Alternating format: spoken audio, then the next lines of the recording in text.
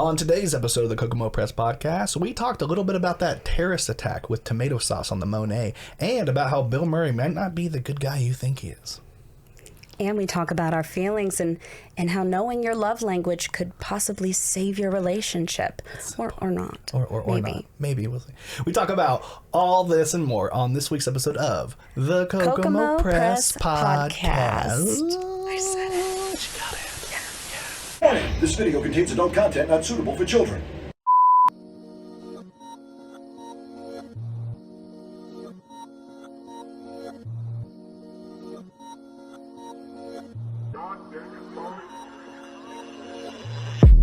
What's up? It's the Kokomo Press Podcast. I'm Jordan Granger, and today I've got a very special co-host, somebody who has been on the Kokomo Press page, has been on the Kokomo Scanner 2.0 page, has done so many great things with us. Michelle Bratcher. Hello. What up? Hello, everybody. Let's get some class going. Yeah, man. It's been a while. We had you on the first season, and we talked about you were doing the company at the time, which was a really great series you guys were doing before the Inventrek building decided to be like, no. Yeah, you can't work here, so we literally had to stop working. Yeah, they're like, hey, yeah, we can't have people filming in here. This is too cool. We guys are doing too much cool stuff. Yep, you can't have fun here. So they got rid of that. But I mean, you guys did that series for how many episodes did you guys end up finishing? Do you remember? Lord, I don't even remember. I want to say it was like right under 10. But I really enjoyed around, it. Yeah, between 10 and 15. Yeah, I really can't remember at this point. It's been so long. It was you, Kelly McKinney, Anna Ely, and Josh Gibson. And then there was another. Who was the other guy? Zach. Shutt or someone? Zach something? I don't remember his last name. And I feel terrible, but I didn't know him before. Zach Brown Band? Maybe. I'm just kidding. He was the janitor guy, and he only shut up every once in a while. So he was the janitor. Yeah, it was a funny show. I really enjoyed it. I wish the Inventrek building wasn't so dumb, lame. Yeah, man, I enjoyed watching you do that, and then we got to get you into doing more stuff with us. You know. So anybody watching, or anybody who needs talent for either live acting or not live acting, so recorded, holler at your girl. My schedule's kind of stupid. During the week I work a lot, but Yeah, hit her up. Yeah, we've actually scaled back videos a lot lately. We basically just do the podcast and do posts and stuff, and we've scaled it back. A lot of it just happened to do with a lot of us on the page. We're all on different schedules. Yeah, it so sucks. It Adulting sucks. I know Brian's on thirds. Jordan was on thirds, now he's on seconds. I'm on seconds, but this week and last week I'm on first, and Courtney's always on first. So it's like that, who's on first? What's on second? That whole thing. That's what it feels like when we're trying to sync plans. It's like the weekend's all we have. Yep. It's like all there is. Yep. Well, the weeks don't exist. Yeah, weeks don't exist. Then we just 9 to 5, whatever it is, and then we all just move on to take care of our kids, and then we move on with our lives. I feel like, and then you got the Midwest during this time of year when things start to wind down. You have to be inside more. Either you're inside at home or you're inside at a building. You can't just be it's still nice enough to be outside right now. Well, right now it's absolutely gorgeous outside, but when I get up in the mornings for work, it's dark outside. Yeah. And by the time I'm getting off work, it's getting dark outside. Yeah. And I'm like, why would you do this to me? Yeah. It's like it hurts my soul a little bit. Daylight savings time, we don't get that hour back until November or something? It's like the mid of November. It's maybe that sounds about right. Yeah, I always thought it was in October. Back. That's the only way I can remember it. Fall back, and then in the spring you spring forward. Yeah, we didn't grow up with that, so I still as an adult have to say that so that I can remember. We were like the state that was in 2 different time zones for a while. Remember? Yeah, we had Central and we were in Eastern. Now we're just Eastern. When we were in high schools, when they started doing the time change, I was like, this is dumb. Yeah, it made me so mad because senior year of high school, it had either started sophomore, junior year, I can't remember. Senior year of high school, I had this really shitty Ford Tempo. It was a 1988 Ford Tempo or 89 Ford Tempo, and I was my favorite thing was it's not old as me. That's my thing. As long as I'm younger, as long as I'm older than the car I'm at, I'm happy. I want the car to be younger than me. So I was driving this little box car. It was hilarious. I drive it every day. Well, something happened to the steering console where the lights like, because they went into the steering console where it stopped working. So my headlights didn't work. Okay. Well, that sucks. So when in the spring, when everything was sprung forward or whatever, before everything sprung forward, it was like the sun was coming out earlier. You know what I mean? So I was able to drive to school in the morning, not having to worry about, I don't get pulled over for not having lights on, blah, blah, blah, take back roads. And then spring forward happens and we lose that hour. And so it's actually darker for longer. Yeah. So I finally was like, oh, okay. And then boom, it was over. Like some duct tape, some flashlights to the front of your car or something. Just like, that car was a piece of shit, but I loved it. You know what I mean? It was yours. It's mine. It was a piece of your freedom. Yeah, my family, my extended family, who I barely ever see ever, they gave me that car when a family member passed away. They're like, we don't have anybody to give it to. Nice. You can just have it. And I was like, thanks. Dang. Yeah. I had to wait until I was already graduated out of home and I had gotten some money that was supposed to be going towards college, but I got to keep a portion of it. So then I got my very first car at that point. What was it? Do you remember? I don't remember the year, but it was a Pontiac Sunfire convertible. Okay. Oh shit! That leaked every time it rained, but I loved it. Didn't matter. No. You had a little bucket in there. No, because I love driving out in the country. It's literally one of my favorite pastimes, and so having the top down, I was like, yes. Listen, I know what a roadie is. I'm just kidding. I'm just kidding. Well, then I was straight edge. I know, Okay, you were like straight edge. Driving was my thrill. Yeah. Yeah. But that's how I get my thrills as I drive in the countryside. Not even fast, just to drive and listen to music. Blare music, usually. Yeah. Alanis Morissette on my CDs. All my burned CDs that I had. But I'm something. I don't know any of the words That's of that my song. life song. I'm dumb, but I'm something. Matty Crowley gets a shout out in every episode, and he loves Alanis Morissette. He went to an Alanis Morissette concert. I went when she was here in the fall. I think he was there at that one. Or last fall. I think he went with his mom and aunt and someone. I was like, man, Really? this guy's just out there living, you know?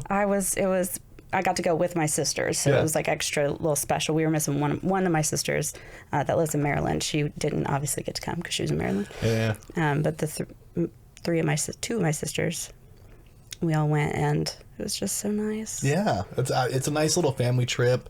You guys can all be angsty together. You yelling, "I'm a bitch!" Oh, is that her? No, that's not. I don't even know. I always thought it was, but I don't know.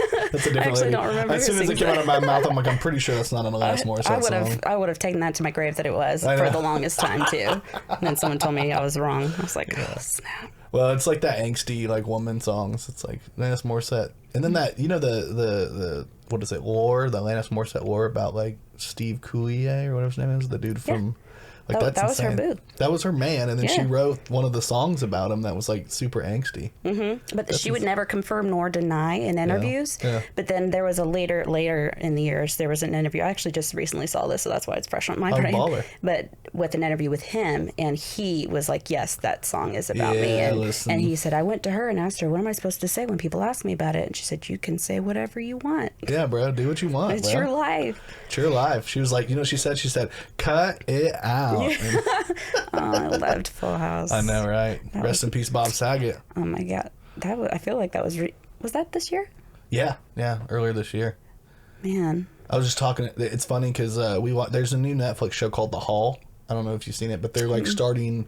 I could be wrong here, so this is from me watching it. But they're doing they have a comedy museum, and they're starting a Hall of Fame wing. That's what I got from this. Because the first four people, you're like, yeah, okay, because it's Carlin, Pryor, Joan Rivers, and who was the fourth one? I know somebody good. Oh, Robin Williams. So it was all people who had passed that were super important to certain types of comedy and transcended comedy, Joan Rivers in fashion.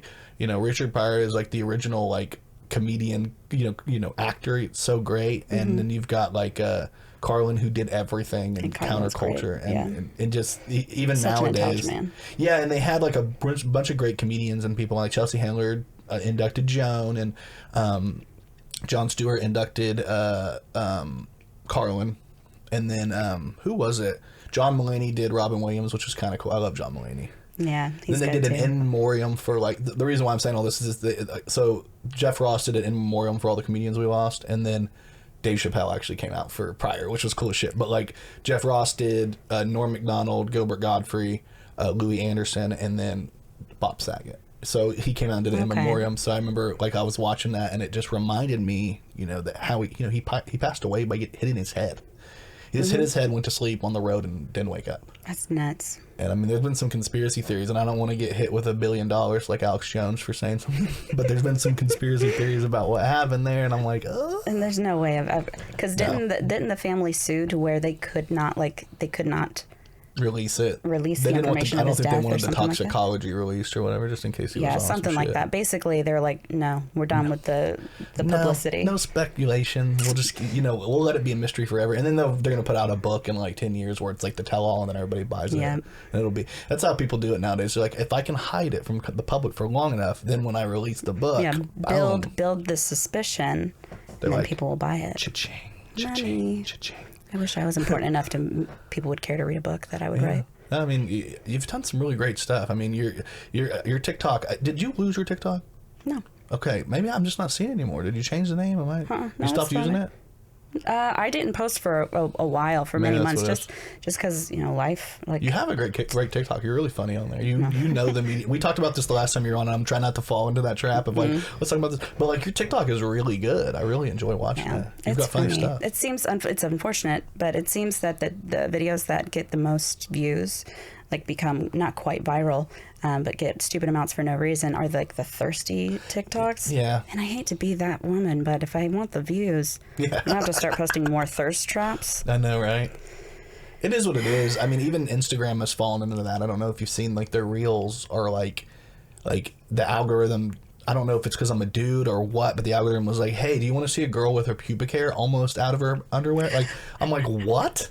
What's going on? So I don't know about Instagram's algorithm, because I don't watch the reels that much. Like, sometimes I do, but I know TikTok's algorithm is pretty specific to what you're interacting with. Yeah, I think they're probably doing that on there, but like, maybe it's because I'm so flabbergasted, I like stop in my eyes, and they're like, oh, we got them, and they know that they can get me, because I'm like, are they really it's more like I'm so perplexed that they even can post that, because back in the day, if like you even had like the semblance of a nipple, they were like, you're gone, off with their head. Yeah, when I was first getting big, quote, on TikTok, I kept getting my views. Let me stop. Hold on. Let me stop you. Don't diminish what you've done. You've done some cool stuff. When you first started blowing up on TikTok, let's just start from there. Okay. So that's a really relative term for a small Kokomo girl like me, having 17,000. It's a micro influencer. That's what they call them. Yeah, 17,000 followers. That's a big deal. Crazy that's to crazy. me, Yeah. and it's minuscule to some. So that's why we have 15K on our page, and I mean we've been working for years. 15K, and you got 17K on.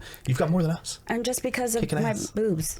That's okay though. Boobs are awesome. But anyway, when you first started on there. Oh yeah. So my videos were getting flagged, and I was getting like banned for weeks at a time, and it was because my videos were becoming popular over in the Midwest. Nope, just kidding. Not Midwest. Over in the Middle East. Yeah. And in those cultures, for some reason, moles are considered too sexy, and I'm a very moley woman, and my moles got me banned. Yeah. And then eventually they stopped doing that. So when you watched the first Austin Powers, you were like, motherfuckers, how dare you give another way for people to make fun of me? Mole. I'm gonna chop it up, make some guacamole. That was one of the.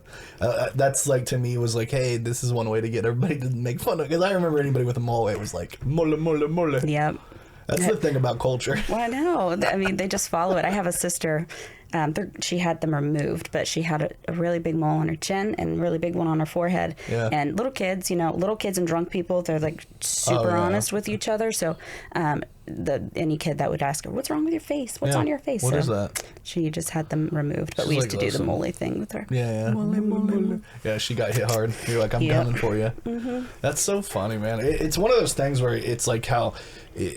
bullying, like, we've done such a good job, like, as a society, especially in the United States, of like trying to like quell bullying in general. Like, let's start chopping off of the head. Let's not have any of this happen. But then at the same time, like, I remember specifically, like, the kids that were bullying people the most were the kids that were getting bullied too. Like, everybody had like a hierarchy of bullying. Like, you bully your sisters, you bully your family members, your cousins, and then they bully you, and then your parents maybe bully. Someone's bullying somebody. It feels like it's like a train. It's like a nice little like trail of dominoes of bullying. And nowadays, like, we've done such a good job of not doing it. Everything's like, we gotta be accepting. We gotta get everybody on board with what we're doing. And I appreciate it. It's a good thing. I don't think it's bad. I think you can go too far. I think the pendulum Oh yeah. Kind of swings both ways there. Yeah, you don't want to be too soft. The pendulum is bi, and I have this funny shirt. I thought you might like.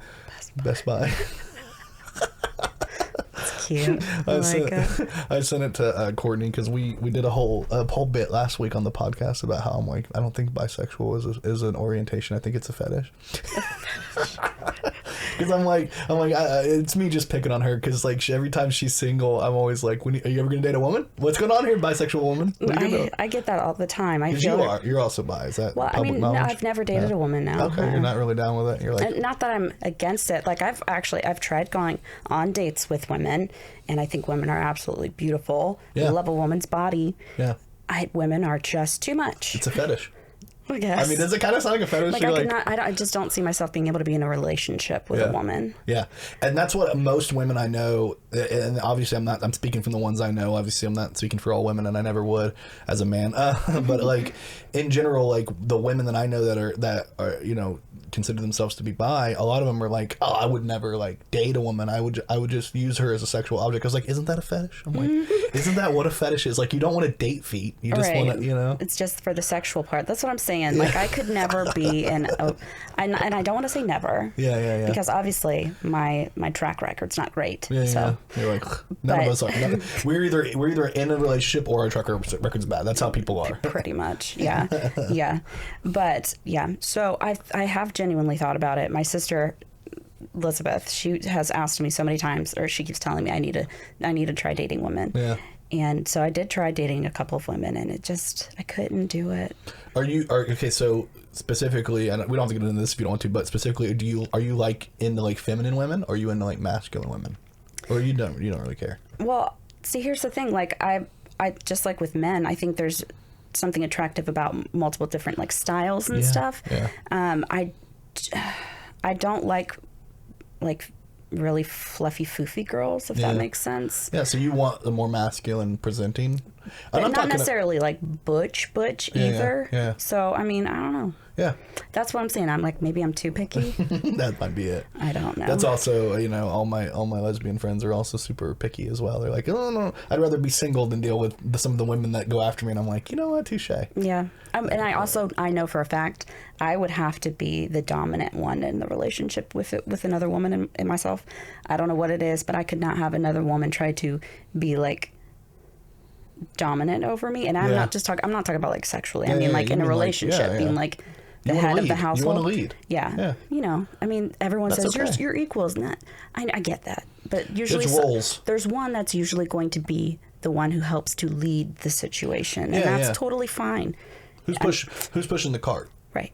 Do you know what I mean? Like, and I mean you can have like, and I mean pushing the cart like metaphorically. It can be like in multiple different ways. Like, you need somebody who schedules and somebody who acquiesces. And it's in different parts. That's the good thing about Shelby and I being together, is she can take the lead on certain places that I'm not comfortable taking the lead, and then certain places she lets me take the lead on the places where she knows like as a man, I'm like, I gotta be here, I gotta do this together. This is where I'm at, and I think it's a good balance, and I think that's what most relationships are. But I think a lot of people lose sight of that continuality in a relationship because they're too busy like trying to fight for the role that they want to have, but they don't have it. And it's just like a battle. And every person is different, and every relationship is different.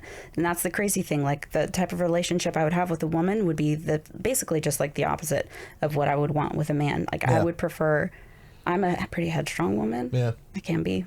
It's not the greatest thing about me, but I try not to be. Yeah. So I need a man who can actually like take me on that and kind of like let me have reign sometimes, but in the end can have that control over me when I'm getting too headstrong, when I shouldn't be. Like, oh, calm down, microphone. Like, like sometimes you're too headstrong in a moment when you need to like be able to sit back and like, let's reevaluate. Yeah, and you have to figure out like there's that thing that everybody's talking about nowadays, and I think it's an important thing for every couple to do, or even you to do by yourself, and then you'd be like, okay, this is what I need. It's like that love language thing. People have been talking a lot about love languages. Like, are you for physical? Are you a gift giving? Are you a gift? I highly encourage people to take that when they're important. having relationship issues. And I think you should do it before you even start. I mean, I'm a dude, so listen here, and I'm being for real. Do it before you're even in a relationship, because if you know what you're looking for, if you know, like, you're subconsciously even, you may not even, you may think like, oh, what I need is this, what I need, and you will find out that actually what you need is, you don't need physical touch. You just need, somebody to appreciate you. You need somebody who like says out loud like you are appreciated. You need that positive affirmation, and some people don't know that. And then some people, the way they get affirmed is through physical touch. So if you don't touch them for a minute, they're like, ugh, you must not love me, you must not care about. And I know I've known many people that, what I mean. And then some people, it is gift giving. It's like, can you, if you don't think about me, if you don't think about flowers for me every once in a while, then you clearly don't care about me. Like, you have to think about me even in the weirdest situations. Right. Or even like financial support. That could be considered part of that gift giving, I think, too. Yeah, like taking care of somebody. Some people, and nobody's a monolith. I always say that, like, nobody is one thing. I mean, you may need more than one thing. Some people are, they need more than one thing, but this is the main thing, but they also need this over here once in a while, and I need this. Like, I want someone who can financially provide for me, but I am terrible at accepting gifts. Yeah. Like, it's kind of a It's like 22. I think once you move in, I think that's a lot of our parents. They think, like, oh, these people move in too quickly, and they. We have to. We have to. Otherwise, we're living with our parents. Yeah. You're like, they're like, get out of my house, but also don't live with somebody else. It's like, what do you want me to do? Live in a tent down by the river. The new CRM tents that they're putting together. Yeah. I didn't want to bring up CRM. They got flamed real hard this week. I saw CRM got hit hard. Somebody calling them out for the fact that they're like not maintaining property. It's like a broken record. You get what you get, man. Like with these kinds of companies, you have to know when you're getting into it. The expectation level, just be realistic. Yeah, you're not gonna be able to control this stuff. Like, it's hard enough to get a house nowadays. People are like, you can't buy a house; they're super expensive, and then you can't rent one because nobody's renting anything. And they're expensive, super super expensive too. It's a pain in the ass to deal with. It really is. Yeah. Did you? I was gonna bring this up to you. Did you hear last night what happened? There was like a huge freaking fight. Let me pull this up. Yeah, so reported as a large fight at Kroger. Something about crowbars and possibly someone having a firearm. So that was the Kroger on Dixon. Police currently have somebody pulled over on South Dixon that left the scene of the vehicle, and the person in it was described as a suspect. All suspects are considered innocent and don't prove guilty in a court of law. I guess they're doing that guy. When was this? Last night. Last night? Yeah, it happened last night. Dang. I looked at it this morning and I was like, what is going on? Kroger on Dixon? Kroger on... of all the Krogers, I figured I would have heard all them sirens. I live relatively close to that area, so usually when sirens are going off, which is more often than not these days, you would think they would have it real loud over there, but maybe they kept it quiet just because it was probably already loud enough. Or they didn't want them to know they're coming. Sometimes I feel like the cops, when you see them flying down and they don't have the sirens on, that's like they're trying to pull up on someone. Yeah, usually. Yeah. I came home last night... me and Shelby went out to dinner with a couple of our friends, and we went had dinner and goofed off, and we were joking and having a good time. And then I was driving home and I hit down by my house and there was a cop pulling somebody over, and I'm like, man, they've been out thick lately. I've noticed that they have been. What's the deal? I don't know I know there's been a slight surge, but I also feel like there's less people out walking and doing things now as it gets colder. Maybe even maybe they realize people are probably out doing beautiful drives down the country. They're like, get out of here. Let us live our lives, man. Let us live. Let us do our best out here. I saw. I don't know. Have you ever watched the? I Think You Should Leave. Have you seen that sketch show? You should check this out. You would enjoy it. And it's a comedy show. But you ever heard of the Detroiters? You ever heard of that? So there's this guy. I live under a rock. Oh, you're good. There's this guy named. Have you seen? Okay, I'm going to keep going backwards. Have you seen the new Velma that's coming out? The new what? They have a new show called Velma that's coming out. On what now? Are we talking about Netflix? HBO Max. HBO Max. Yeah. They have a new show. It's called Velma. Okay. And they're going to have Mindy Kaling playing Velma. And Velma's going to be Indian. And then they're going to have Shaggy, but Shaggy's going to be black. And the guy that's playing Shaggy is actually... So I was trying to get there. I thought maybe if you knew that, we could get there. But the guy... there's a guy named Tim Robinson. He wrote for Saturday Night Live. He was know on who Tim Robinson is. It's his show. Okay. So, of course, that's the one. Wrong way around. Wrong way around. But it's his show. It's called I Think You Should Leave. And it's produced by, the guys from The Lonely Island. And it's he used to be on SNL.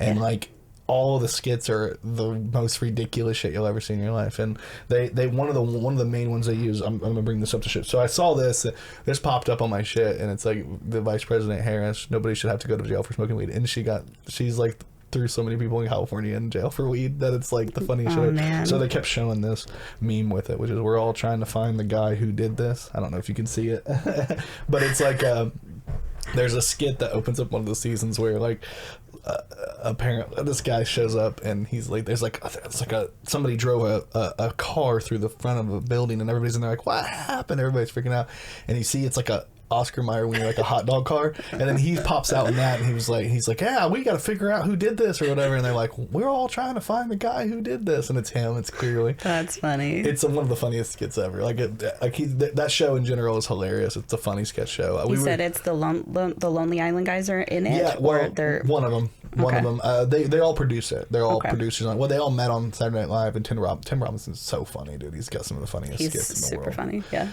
Yeah, and I think You Should Leave is his show. That one's on Netflix. So. Okay. But I think You Should Leave, and every time I try to say it, I always feel like I'm telling people like, get the fuck out of here. I think you should leave. I think you should. But it's all about awkward situations in life, and like instead of like. Just like I think the way they described it is like, you know, like when you see somebody's walking and they trip and fall and they get up real quickly and they're like looking around and they're like, oh man, you know what I mean? And they just keep walking away and they're hoping nobody saw it.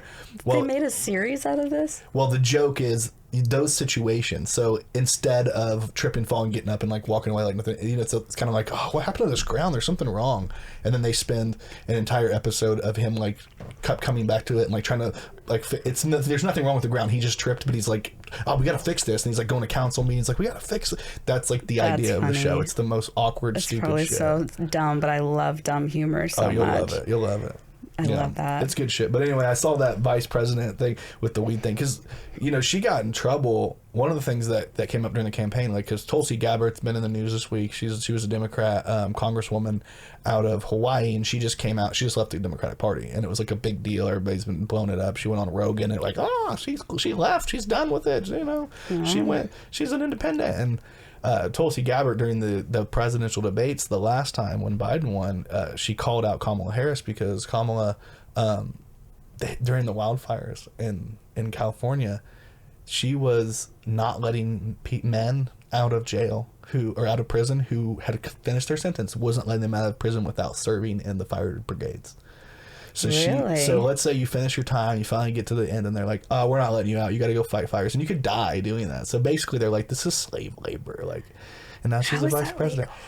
And that's what Tulsi Gabbard brought up was like you guys are gonna vote for a woman who's done this, and people were like cheering her on, and then all of a sudden it went away. Now she's the vice president of the United States. And it's like, man, people are sketchy. It's hard. No matter who you are, if you are involved in politics, I'm sorry, you're a sketchy person. You'll do every anything. single last You'll one do of you. literally anything for clout. Mm-hmm. Like, and that's what I think I've come to like terms with, especially with. We do a lot of stuff online. We're like, we're performers. That's what we do. Yeah. So we understand, trying to do something to get eyes, but it just feels like some of these things, it's like, you're willing to throw humans away for this? Like, really? I don't know how this That works. was your best move? Okay. Well, apparently worked for you, so. Yeah, we're all finding ways. I don't know if you saw this. This was like a big thing in the news that just popped up recently, but there's a couple activists with the Just Stop Oil movement, and they threw tomato soup at the Van Gogh sunflowers at the National Gallery and glued themselves to the wall. Why? So, we were talking about clout here. Here, I got the video for you. I'll play it for you so you can see if I can get it going on here.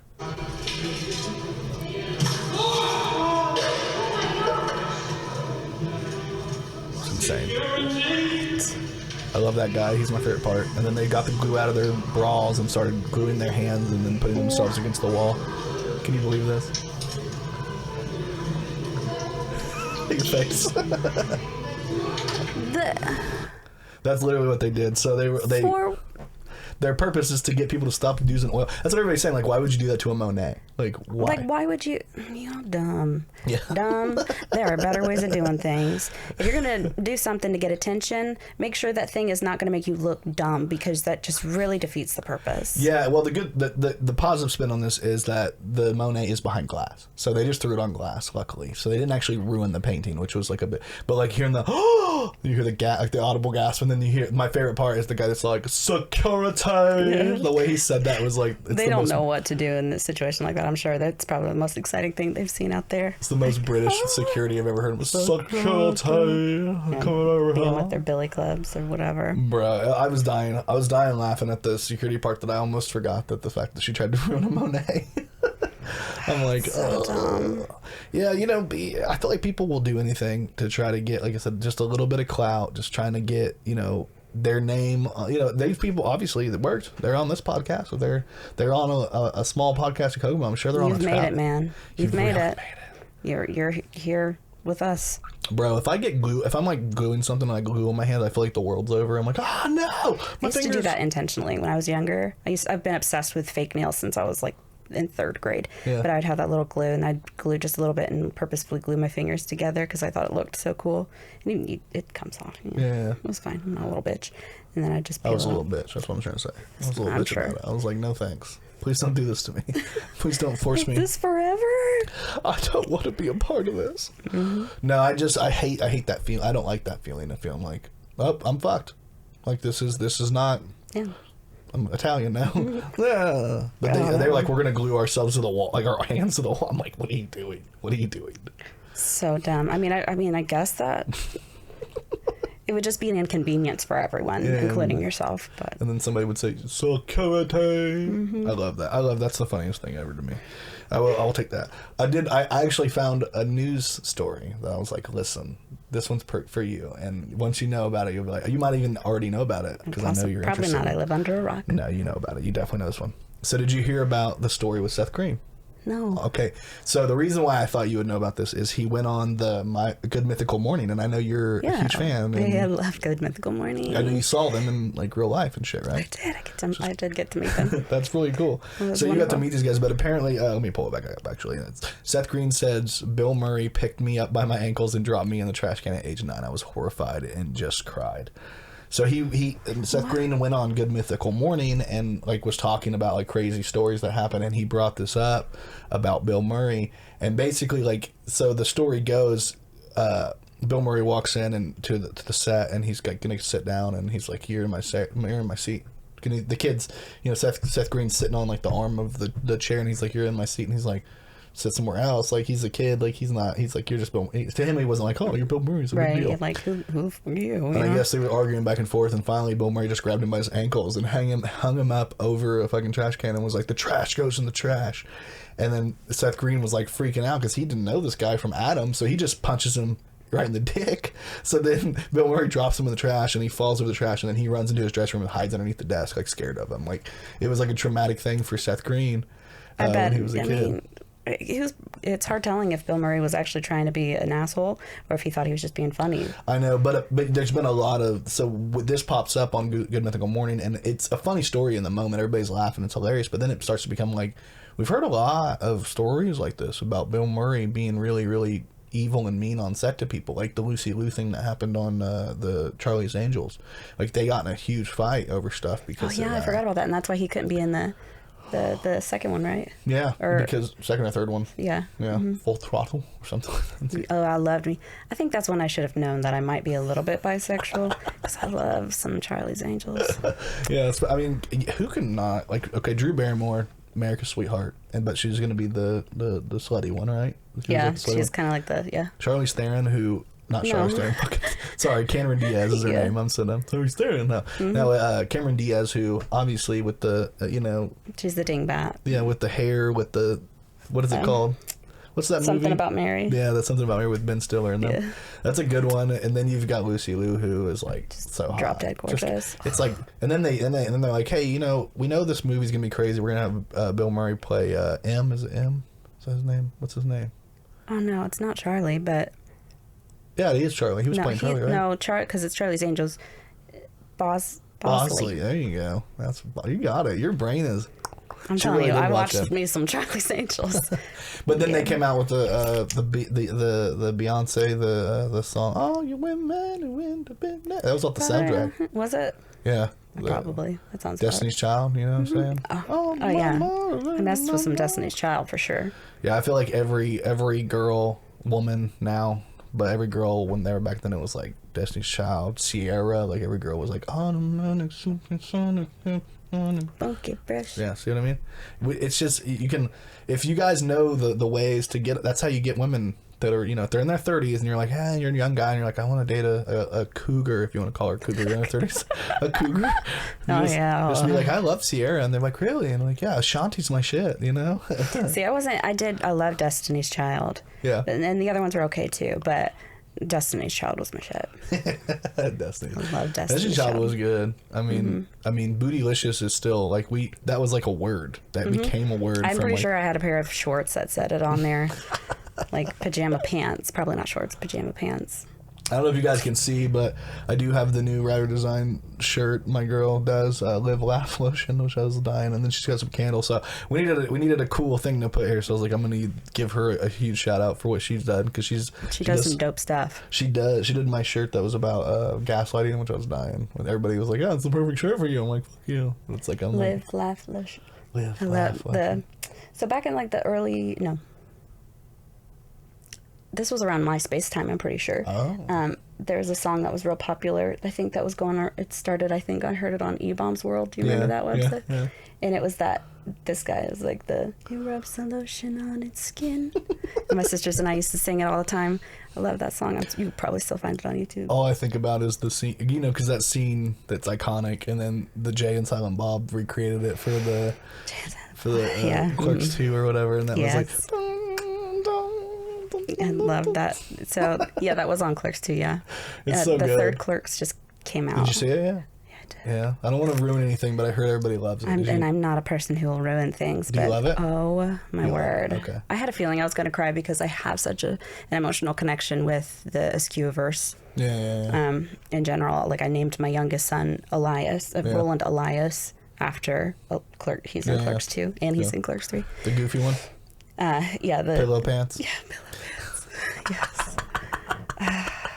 And I realized, if you've ever seen it, if you know the character, he's like hyper super Christian boy, goody goody, and I was goody goody Christian girl. So he's just like a super exaggerated version of myself, and he's hilarious and just adorable. But you're also a nerd too, because he was like a super nerd. Yes, that's the other part. You're also he quotes Lord of the Rings, and he prefers Lord of the Rings over Star Wars, which has always been my thing too. Because Randall part where he's like, oh, he does the walk. Oh my god, I hate Lord of I made a joke about Lord of the Rings recently, because they did that. They're on Amazon Prime. They have the new, it's basically like a prequel, right, to the Lord of the Rings series. They have a new one. Oh yeah, I haven't seen it, but I don't like Lord of the Rings. I can't suspend fantasy disbelief. I'm terrible with elves and like trolls, and like I just can't. Did you do Game of Thrones? No, I can't. Oh, okay. I tried. I couldn't. I'm like, you can't do anything.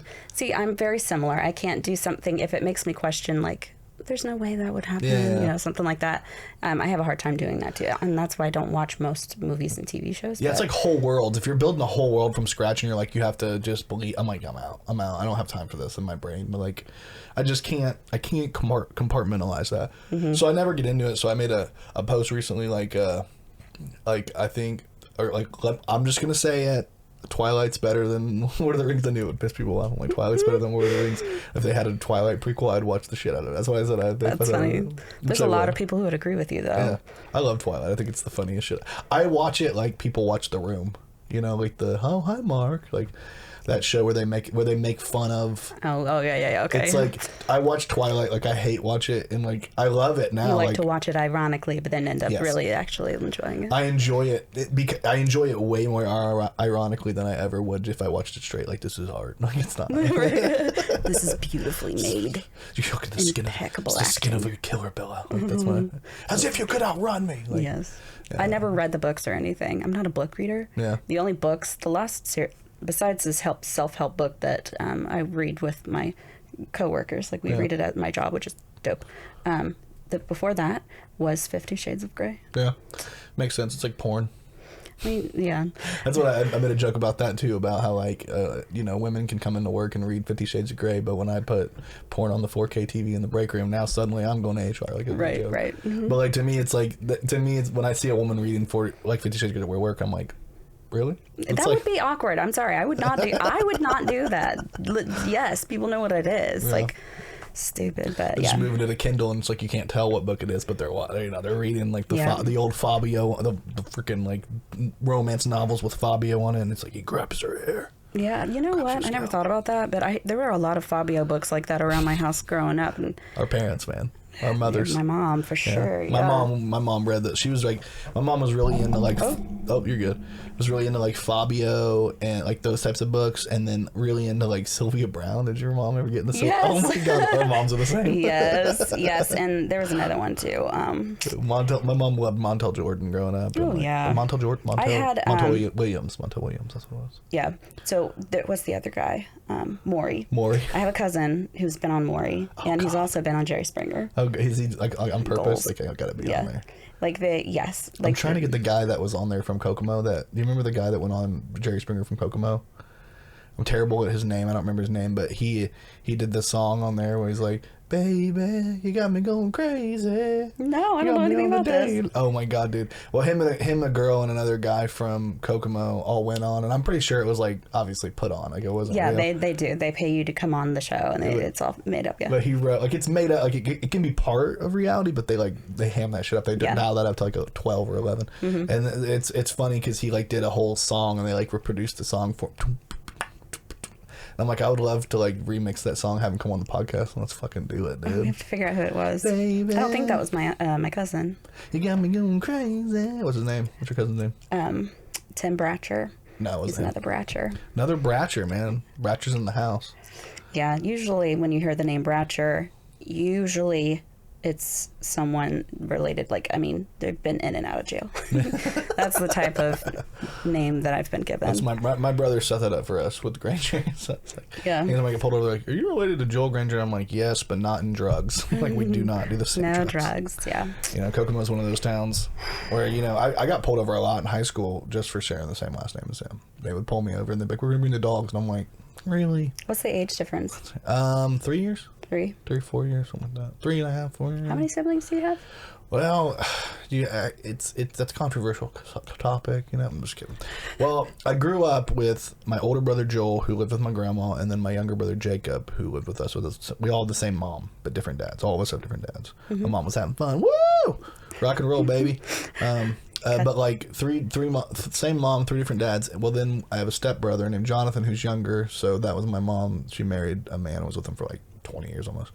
And then they have stepsister Kendra, and then a stepsister named Kathy, who passed away in a house fire with her kids. It was tragic. Oh, broke my heart. Yeah, all 3 of her kids, and her husband was at work, and it's literally I hate thinking about it because it makes me sad. Yeah. And then I have.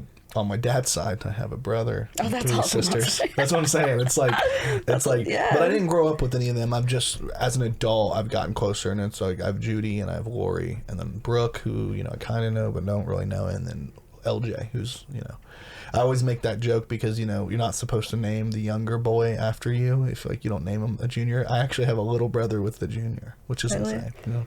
But great. My dad didn't claim me. Like when I was little, he didn't think, he was like, "That's not my kid. I don't have no kid with her." Like, it's classic. But me and my older sister Lori, we have the same birthday. Really? 1 year apart. She's December 14th, 1986. I'm December 14th, 1987. I have the same birthday as my older half-brother. Oh, shit. Yeah, but he was born in the 70s, and I was born Mom in 90. Dad? My dad. Okay, so our dad's like the fuck on the same day every year. Yeah, something. It's like right around. So here's the drama, the tea. So the day, my parents were getting married at a very young age, when they were like freshly out of high school. Well, I think my dad dropped out to join the army, but so very young. But before they got married, they were like, "Hey, this woman is pregnant. What are we going to do about it?"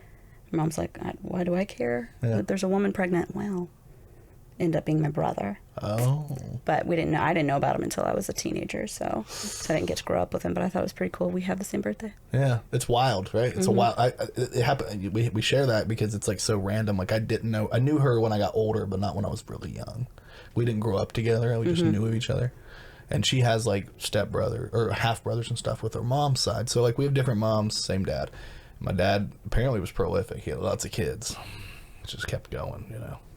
My mom only had 3. Yeah. But she also like had to get her tubes tied and stuff because she was having like 2 pregnancies and shit. Like she had twins and shit. Like it's pretty wild how that shit all works. Like when you start to like look into how many women or had so many like we don't really talk about that as a society in general, the amount of women that have like reproductive issues. It's like a big thing. Like I know a lot of women. Yeah, some people are super, super private about their journey, and some people are very open and love to share about it because it gives the other people insight on what to expect or what's normal, you know. And when you're going through something, regardless of knowing other people have been through it, you feel alone. So seeing someone else with that similar situation, or sometimes almost exact, it's helpful. It opens the floodgates too. I think the internet opened it all up and was like, hey, you have the ability to like seek help, but also like there's a positive and a negative everything. So like you publicize these things. Like so I have this article I think it's hilarious, and you tell me what you think about it. Oh, not that one. That's not it. Oh, I was pulling the wrong stuff up. But here it is. And it's this woman, obviously, she posted this on like Reddit, and it's like a huge story now, but she's like, my husband is gay, but we're married with 2 kids and have great sex. And it makes me really wonder like what does gay mean then?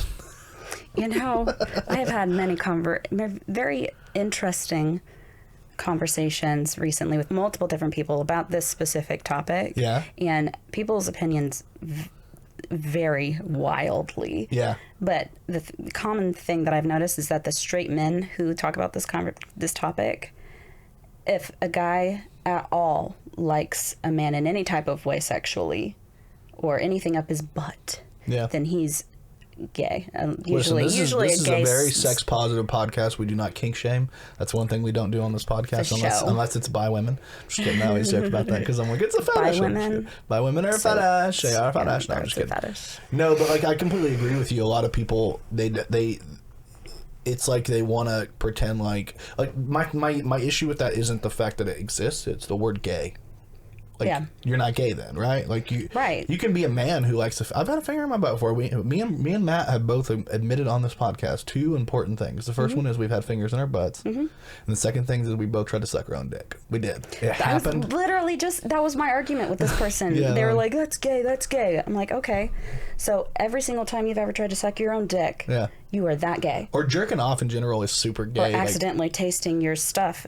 Yeah. Accidentally. Yeah. I'm sure guys. I like it with a nice rosé. I'm just kidding. Just pour it on top. Depending on how I'm feeling. Just reminds me of the second American Pie where he's drinking this, or the first American Pie where he drinks the champagne and there's like, or beer and there's like, jizz oh God, I haven't seen that movie in so long. That makes me throw up every time. I get a drink at Starbucks that has like vanilla sweet cream cold foam on it on the top, and it reminds me of the beer from that, and it's like I love the drink, but I'm always like, oh, it reminds me of that beer. It makes me hungry. No, I'm just kidding.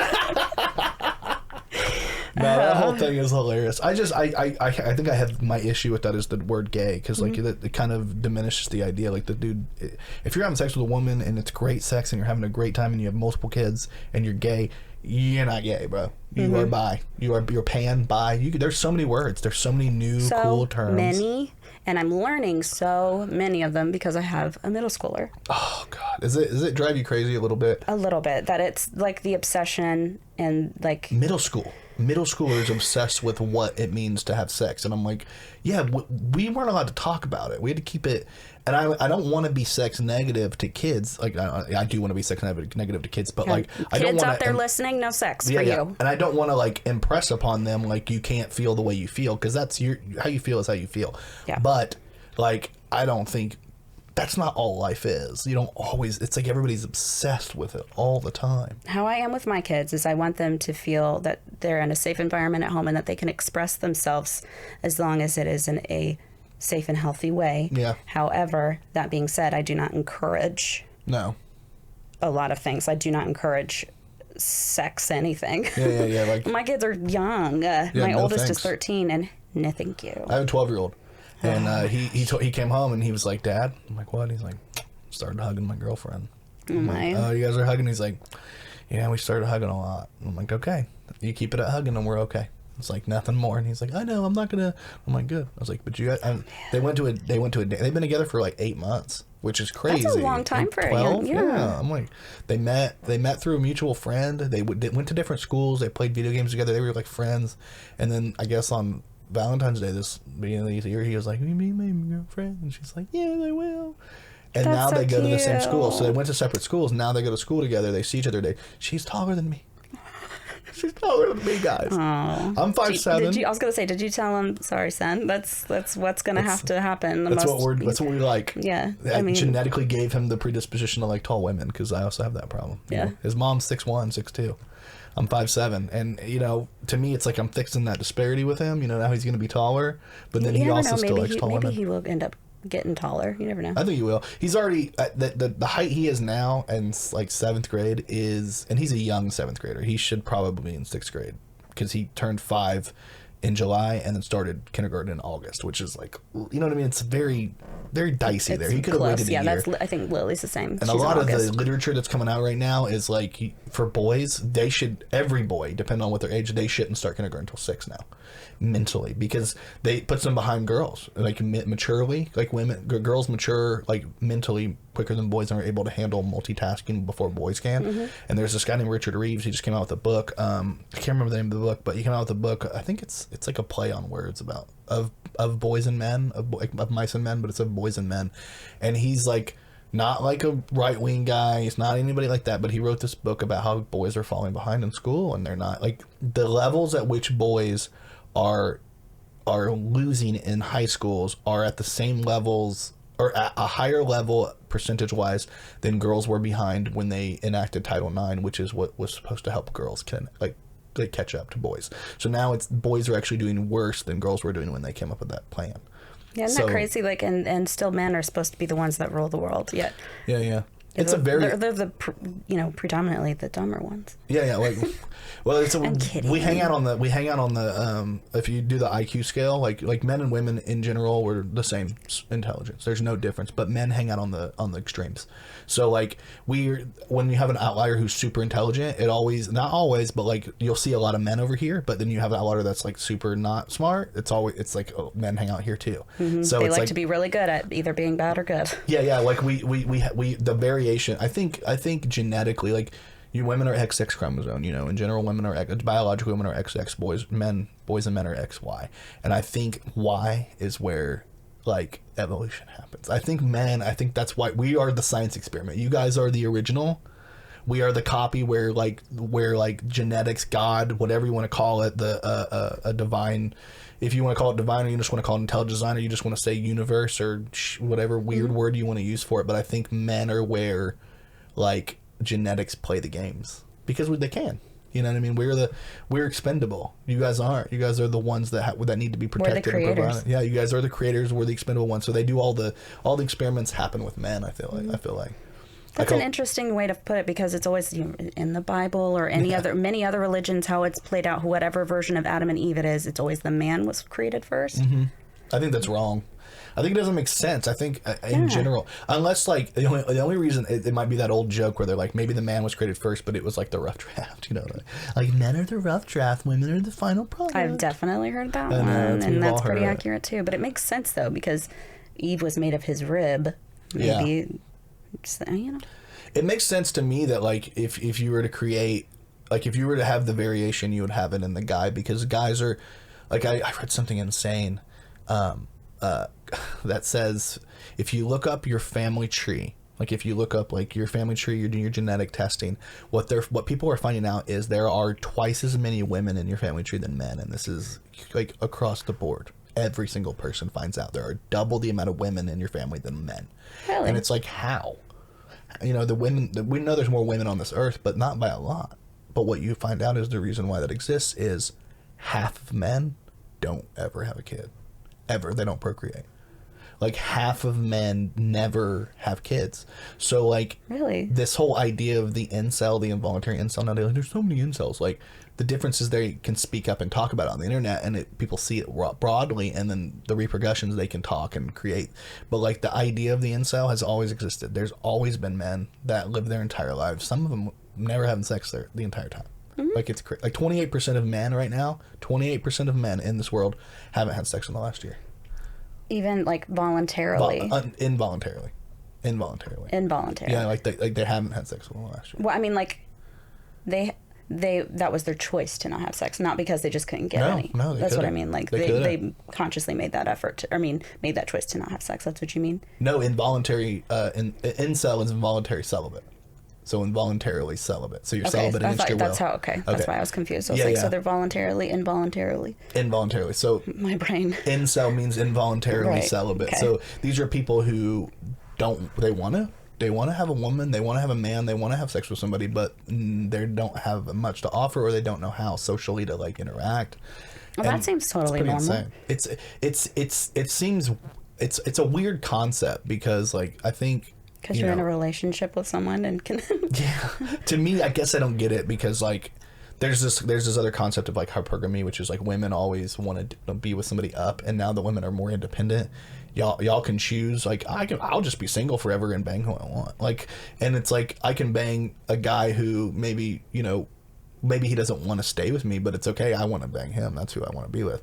And it's like depending on what you're needing in life at that point, Exactly. And it's like a lot of these guys though, they're getting in their feelings about it because they're like, I'm watching these women sleep with this top percentage of guy, and then I'm still down here alone and I can't find a woman that wants to be with me. And it's like women don't need. Back in the day, women needed a man. You had to. You couldn't do something for them besides just look. I mean, most men don't know what a woman needs in order for her to actually get into the mood sometimes. Yeah. And it's more than just telling her she's pretty or, something like that. Like, I recently discovered that if a man can fix stuff around the house for me or, like, have any freaking tool you can imagine at just the touch of his hand for whatever reason, he always has, like, tools. Yeah. That was such a turn on for me, and I thought that was the most ridiculous thing because I didn't know that about myself, and the fact that I had such this visceral reaction to watching someone put a piece of furniture together. Yeah. I was like, why is that my Why is that thing? doing it for me? And it made me feel like such a basic woman. Like, I need a man to fix things for me. Well, it could just be like you haven't necessarily been around a lot of men that do that, so when you see it, you're like, they exist. It's like seeing a boob for the first time for a guy. It's like, oh my god, I knew they were going to be great, but they're even better when I see them. Like seeing a man be able to do that kind of stuff. I've seen a guy work on a car, and that's that is definitely a talent and a very helpful thing for sure. Yeah. It does not have that reaction for me like Just a man with some. There's a reason why we call it screwing. Hey, I'm just kidding. It all makes sense. It's all like built in. Mm-hmm. No, it makes sense because it's like the epigenetic idea of like is there something inside of us that imprints even before we're born that like is from our grandparents or great grandparents or whatever, and like that whole kind of concept is like it's fascinating because you're like, am I really the sum of my experience? It's like nature versus nurture. Am I the sum of my experiences, or is a large part of it like from before I was born? I don't have a choice in this. Mm-hmm. And I was thinking about this too because you get that generic like, so-and-so has daddy issues if the dad is not involved or just terribly involved, which is unfortunately the majority of the population.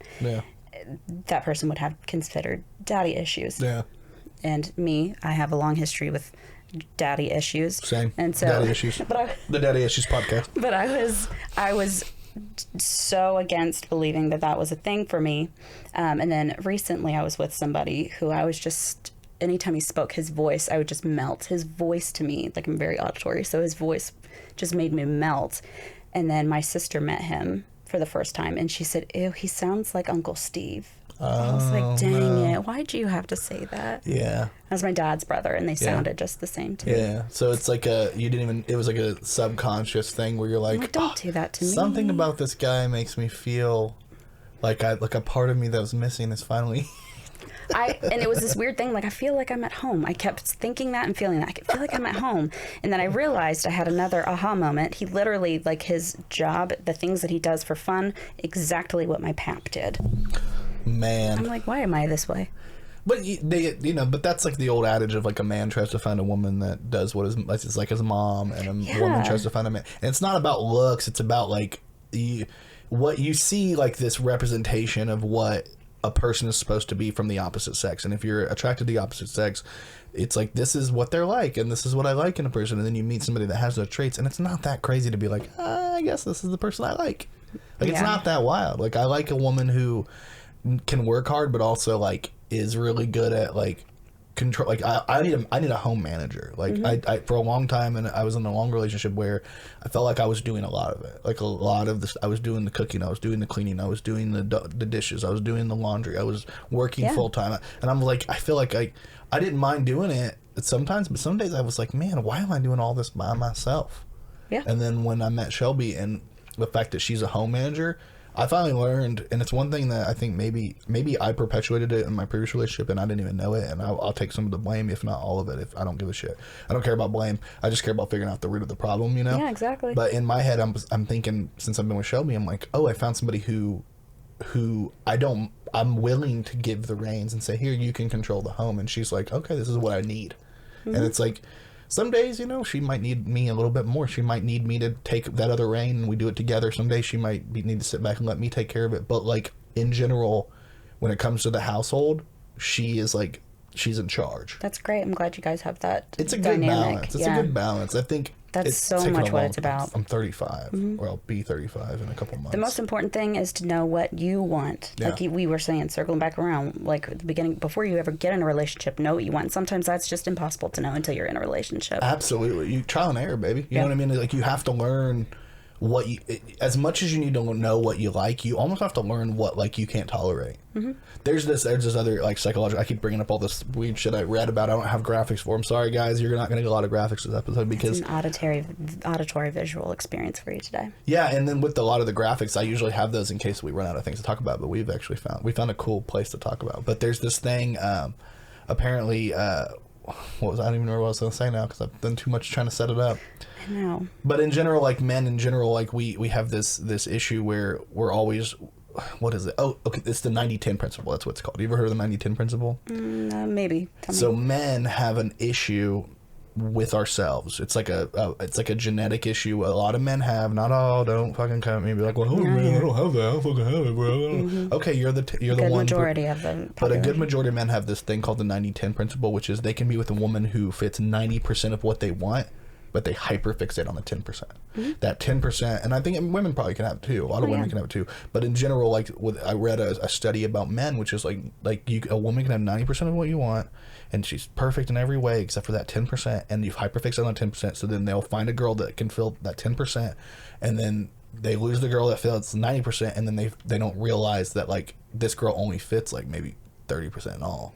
So you actually downgraded, not even realizing it, because you're focused and fixated on this one thing. I would say that's almost what it was like with my last, like my so I'm 2 divorces in case you're new here. I'm only one, so the first divorce, I almost could say that's what happened with that one, but he didn't have 90% of what was going on, so not quite. Yeah, but it was like the concept is definitely to there. be fair. It was also, if you as a former sailor in the United States Navy, I understand sometimes in the military you have to get married to date, and that might have been, you know, maybe is that something that you had to do in order to date the guy? You kind of had to get married in order to. Oh no, well no, because we met when I was still in high school actually. Yeah. I was a little too young at the time. I was 17. He was 21. Yeah. Big deal. Did he live in town? Okay, and then he moved away in the military. No. What happened? Because he wasn't. He was in reserves. Okay. So he was was originally working up at Grissom. I don't know how much I should info I should divulge, but he worked up the nearest place. You know what I'm talking about, full time for a while, and then it was just back to normal reserve. You know, every other week or 1 week in a month. To be fair, this is, I mean, as much as this is his life, it's also part of your life. So you can talk about whatever you want. You're like, right, I know that there's a weird line that people like. I don't want to talk about, because I talk about my ex sometimes. She gets brought up, but I don't mention her by name. And it could be, I have multiple exes. Like, we all have multiple people we've been with. And to me, at the same time, it's like, I'm not denigrating her as a person. Like, I hope she's happy. I hope every person I've ever dated is happy. I don't want anybody being miserable. Like, I would never be the type of person that's like, oh, you're not with me anymore? Well, I hope you're miserable. No, I want everybody to be happy. There was a good good chunk of my life where I would be perfectly just happy if my ex was miserable. Yeah. But in reality, if he's miserable, likely my children are. Exactly. So. And they are the ones that I Yeah. care about the most. Yeah, it's like when you have, it cracks me up a lot of people who don't know how to co-parent, because like me and my ex, my oldest's mom, my ex-wife, we found a really good place co-parenting wise that a lot of people are like, how do you, and they ask me all the time, like, how do you do that? And I'm like, well, the first step is to not care anymore. And they're like, oh, I can't do that. Or they're like, oh, I could do that, but they're not really telling the truth, because the truth is they're still focused on the hurt feelings from the relationship, and none of that matters anymore unless you still want to be with that person. And then that's the first step. Is first thing you need to do is realize that it's over. Like, that's coming in terms of the second is realizing that, you know, both of you made mistakes, because no relationship is one-sided. Even if a person cheats, like, I hate to say this to people all the time, and I tell them there's a reason why that person cheated. There's a reason why they cheated, and maybe it has something to do with you, maybe it doesn't, and then maybe if you did some introspection, you'd find out that actually you probably could have done it. Rarely is it the other person was just a perfect angel. And then the other part, You know. There's always two sides to every coin. Sometimes that is the case. Yeah, two sides to every story. And I think the reality of it is a lot of people want to end a relationship and to say that and blame. Like, this person did this person did that. And it's like, I want to blame this person, and I can't have that in my head. That's something that I learned. That's one of the few lessons that I was able to learn with my first marriage, is like, if in my first divorce, is that if you're going to hold on and harbor ill will towards the person that you have a kid with, you're the problem. Period. You're the problem. And if you don't see that, then I can't help you. Don't even ask me to be like, well, how can you do, like, if you're harboring ill will towards them, you're the problem. Period. Yep. It's like, you have to, and I mean, I can understand in like normal custody stuff, like if things come up, like we're not perfect. Sometimes we fight. Sometimes we're at odds. I don't even want to say fight. We're at odds. But I mean, I think if you're arguing over the well-being of the kid, that's what matters. I just don't want to be arguing over, like, well, do you remember the time that you, like, who cares? Who gives a shit at this point? Yeah. Like, why are you focused on that? I mean, that's what it comes down to. Also, sometimes one parent thinks that they're right versus the other, and then that's a hard battle to fight. Like, there's so many different ways of parenting. Oh, yeah. And it seems like whenever you split, your parenting skills start changing dramatically, and so it's so hard to raise a kid. It's also hard to be a parent in a split home, because you know that your kids are like basically balancing two different worlds, and then you have to kind of come to terms with the fact that, like, if you're expecting them to be able to hold, like, I didn't have to hold two worlds together when I was a kid. I only had one home. I was lucky. Some kids, they have to do two. And that's the best case scenario when a relationship fails, is that your kid now has to juggle two homes. Because the worst case is that one of the parents isn't around, and you don't want that. If you're a good parent, you want your kid to have a relationship with both parents, both sides of the family. Raising kids is the single greatest thing you'll ever do in your life, but it's also the hardest thing you'll ever do in your life because of that. Because you can't do it. You never do it by yourself, and if you are, it's for a bad reason. Yeah. You know what I mean? It sucks to raise kids by yourself, but it sucks to raise a kid with someone who makes it impossible to do that in a healthy way. Yeah, I saw this TikTok, and I'm like, imagine this, when he's a 10, but accidentally got your mom pregnant when I was out of town, and they're keeping it now. So now you don't know if he's your, let me see, get to the bottom. If he's your, well, Oh, no. I can't say the bottom. If he's your boyfriend or stepdad, that's the joke. If he's your boyfriend or stepdad. This has to be obviously a joke. Like, there's no possible way. First off, he's not a 10. Look at him. Does that a 10 to you? He's got a pretty face, but I like my man a little beefy. Are you into gingers?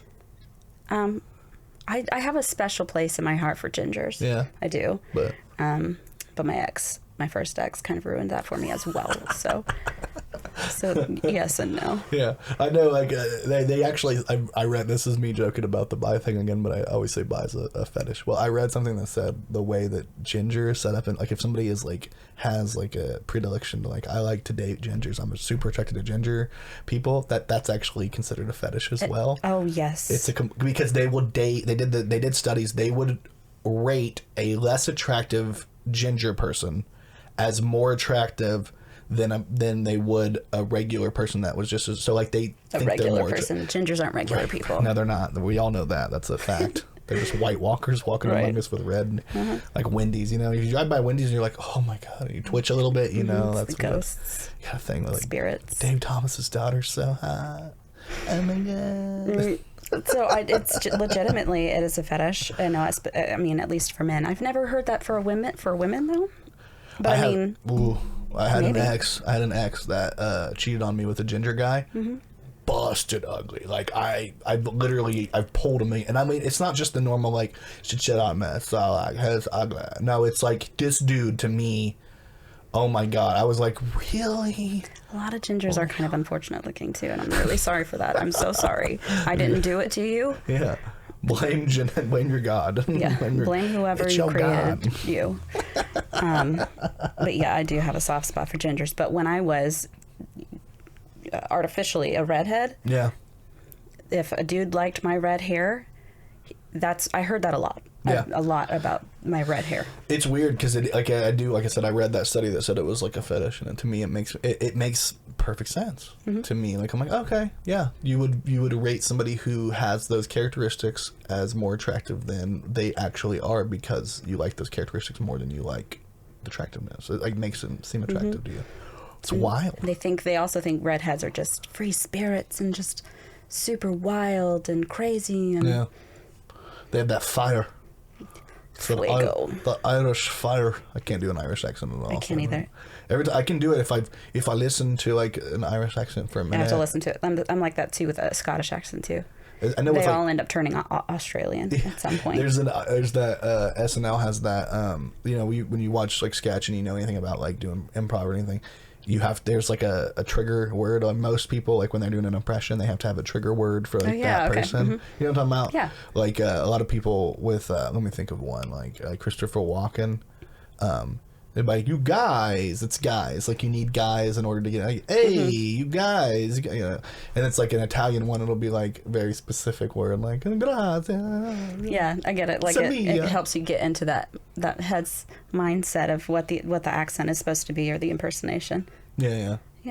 It's weird. It's weird how that stuff works. Cause I spent all of like either Wednesday or Thursday. Like I came home from work and I was like watching a lot of videos on YouTube, and one of the videos that I was watching had like one of those like it's like a commoner British like bruv, hey what's up bruv. So like all day I was just like, hey guys, what you doing? Like doing this, and they were like, oh, I can't. That's not even the right accent. I can't do it because I didn't hear it. So like it's one of those things where it's like I was going around and I was like I was doing this British accent all day and it was driving my son crazy. He's like, will you please stop? Like I took him to like practice for football and I'm like. Nothing better than annoying your kids. Yeah, just over and over and over again. Mm-hmm. What are you doing? My kids are cool, though. They think my weird things are cool. Yeah. Well, my son, he's so much like me that he likes to do funny British. Like, I'll be in here. Our rooms are pretty much adjoining. He's over here. He's not, like, he's out of town right now, but he'd be online playing a video game with randoms, and he's just doing British. Hey, guys, it's me, British guy. I'm just playing a game with you. British guy. And he's like, hi. It's a bloody crazy, and bloody is always like bloody. The bloody. Mm-hmm. Oh, rest in peace, Hagrid, man. Did you see that shit? I did. It's a heartbreaking. It's Robbie Coltrane. Robbie Coltrane. Rest in peace, Hagrid. That was in the news this week. He passed away, and yeah, man. I don't know. I know he's been in a lot of stuff, but like the big thing was like he was like a beloved character in Harry Potter. Like I'm pretty sure he was also in. I think the movie was called From Hell. Yeah. It was a movie about Jack the Ripper. Oh, shit. Well, that makes sense. He's British. That's had Johnny Depp in it. Yeah. I'm pretty sure that's what the movie was called. That was a good movie. Yeah. She came in and was like, but you have heard of me. I'm just kidding. It's a good movie. Yeah. We were talking about that because Dwarf Among Midgets has a new song called The Defecation of Character, which is like from the perspective of the dog that Amber Heard blamed for shitting on the bed. And it's like this dog's mad because she blamed them. So funny. And they have a whole idea for a hilarious music video. I'm not gonna ruin, but I can't wait. But they were like all joking about dressing up as different Johnny Depp characters, and like Kibbles was gonna be like the Jack Sparrow. Beautiful. I love the fact that you can like that's we're both artists. We both love music. We both sing. We both love playing music. We love acting. I can't do physical art. I can't draw and shit, but I can if I work really hard, but I can't. There was this weird part of my life where I felt like I can only do like I don't know. It's like a kid brain thing, but I was like, I'm a singer, so I don't need to do this. Right? I'll just do that. I didn't think about the fact that I could do more than one thing. Mm-hmm. And that's expand your artistic abilities. It's like, oh, dude, I didn't realize that I could do more. Now I'm like, I do so much like audio podcasting. I do like video. I edit videos. I do pictures. I'm like all this stuff are things that if you'd asked me 10 years ago, I'm like, no, I'm just a singer. I play guitar and I sing. That's all I do. No, bruv, I just play guitar and sing. That's all I do. If you got a problem, you can say something to your mum. I don't give a shit. Yep. Yeah, it's like that's all I want to do is like. We're actually, one of the things we talked about. Do you know Corey Kutkowski? Have you met Corey? Yes. Mm-hmm. He's great. Yep. Love Corey. He's on the podcast. Great guy. He does Harvest Fest every year, but he talked about trying to get together and do like an improv troupe. So if you're interested, I can't do improv. No, you know. Nope. And I know for a fact it's not me saying, I just can't do it. I'm just a one note. No, I cannot do improv. My brain doesn't do it. I've done skits with you, and you've come up with things on the spot. I know, but there's just something. So I've done improv. Is it on stage? Could you do it off stage? Like if it was like a camera going and you had to just like do something? I don't know. I'd probably just have to be in like the right mindset. Yeah. Because I've done it for like, because I've been in drama club my whole life. Oh yeah. So I've done it in that different things, but also for when I was on the speech and debate team, we would sometimes have to do it for the debate side of things. And man, I black out and I don't remember. So the first time / only time I've ever have done stand-up comedy. Yeah. It was a terrible, terrible, terrible time. Not only was I intoxicated. Oh God. Yeah. I had also was given some things special to eat. Oh God. And I wasn't told how much special was in it. And I thought I was going to die by the end of the night, but that's besides the point. So I really don't remember anything that I said when I went up there because I wasn't planning on going up there. Yeah. And I was like, no, I don't want to go up there. That's not how you do comedy, though. That's not fair to you. That's not fair to your brain. Not a good time. No, because you want to be of sound mind. Like I know people who will smoke reefer or be on Adderall or drink or eat edibles, or even people that have done psychedelics won't go on stage and do comedy.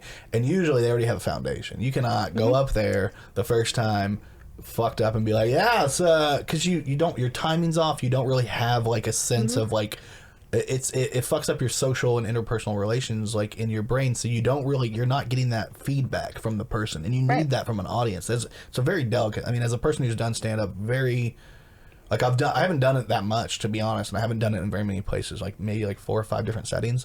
But every time I've done comedy, it's like if I don't get feedback, sometimes it's a long. You're up there forever. You're like 10 minutes, and you're like, I'm you up need here that feedback to have. It. But that's the thing with the kind of acting that I'm most familiar with is on stage acting, where there's that fourth wall. You don't interact with the audience. No. And so that's the type of acting or performing that I guess prefer. I don't have to rely on like, do they like it, or because then it gets me out of that headspace. Yeah. I as a singer who like has been in bands like that, it's just something that's about me. I'm so about the interaction. I like the test. That's why I think I do so well at comedy. I don't even think I'm funny like writing. I don't think I'm that great at like just improv on stage all the time. I can come up with a funny joke with people, but like I don't think that's my forte. I'm much more of a I need collaboration. I like having people. Which is why Brian and I like he doesn't write. He's gotten a lot better at writing now, so I don't want to say he's not. But for the longest time, he would come up with a concept and be like, hey, let's do this, go. And it's like, and we try to figure it out. And a lot of times it would turn out amazing in the moment. But of the two of us, like, I'm probably the better improver, but like I hate doing it because I'd much rather know. And like, so like our old videos when we did like the Mike Jr. one, like there's no script. We didn't even have questions written out. The gag was like, we should go out, like, hey man, we should go out there and you take off your shirt and we do like an interview and you're like his kid, and I was like, all right, let's do it. And I got out there and I'm like, it's me, Mario. Like that's how I talk. And then like the joke that's specific, my favorite joke that I've ever written on the spot randomly, like about like in one of the favorites is when we were doing it, like I'm like, we would give the shirt off our back if we had one. And it's like the whole joke is that the guy was in the kitchen with the shirt off, like cleaning the oven, and everybody's like, ugh, you know what I mean? That's disgusting. But like it's not that big of a deal, but it's like, ugh. And so when I did that joke, it wasn't pre-written. That joke came in my head. Sometimes those are the best jokes I hit, you know? When I watch the video, I can see the joke in I can see my face. And like I can see the wheels turning where I think of that joke and I'm like, oh my fucking God, this is gonna go in my head. I'm like, this is gonna be funny. And every time I watch that joke, I'm like, I'm always so proud of myself. That one. It's so great that you can watch yourself and be like happy with something. The videos, like Yeah. the podcast is really hard for me because Really? I talk so much shit like about stupid. I'm like, why did I have that? Why did I say that? You could have. I Yeah. like being able to formulate things. Like we'll do a video. That video we did that in one take. Like we did that one in one take. The one we did where I was like Miller's Bar, hey, what's up? Like when I was like, hey, what's up? We did a whole joke there. Brian and I had did like 4 or 5 takes of that, and and he was trying so hard. He was like, Jordan, please, can we work circle jerk in here in some way?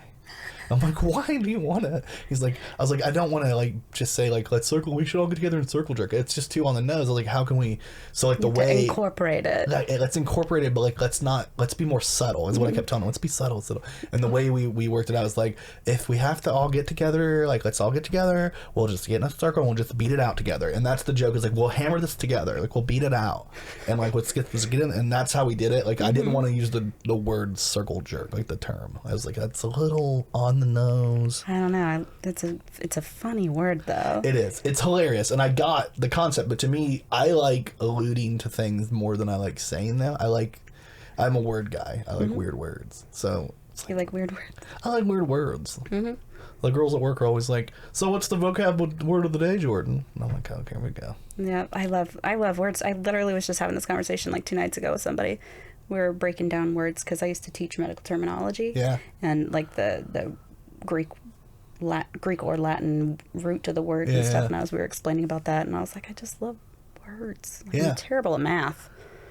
I looked up a word recently. I was trying to figure out the root of, it's actually a weird one. God, like the root of God, like where the term God comes from. Because I was listening to some type of, I like to listen to philosophy podcasts and like weird things, like philosopher, like stories about like Nietzsche or stories about like Carl Jung, like all these different like psychological and philosopher people that talk about weird shit.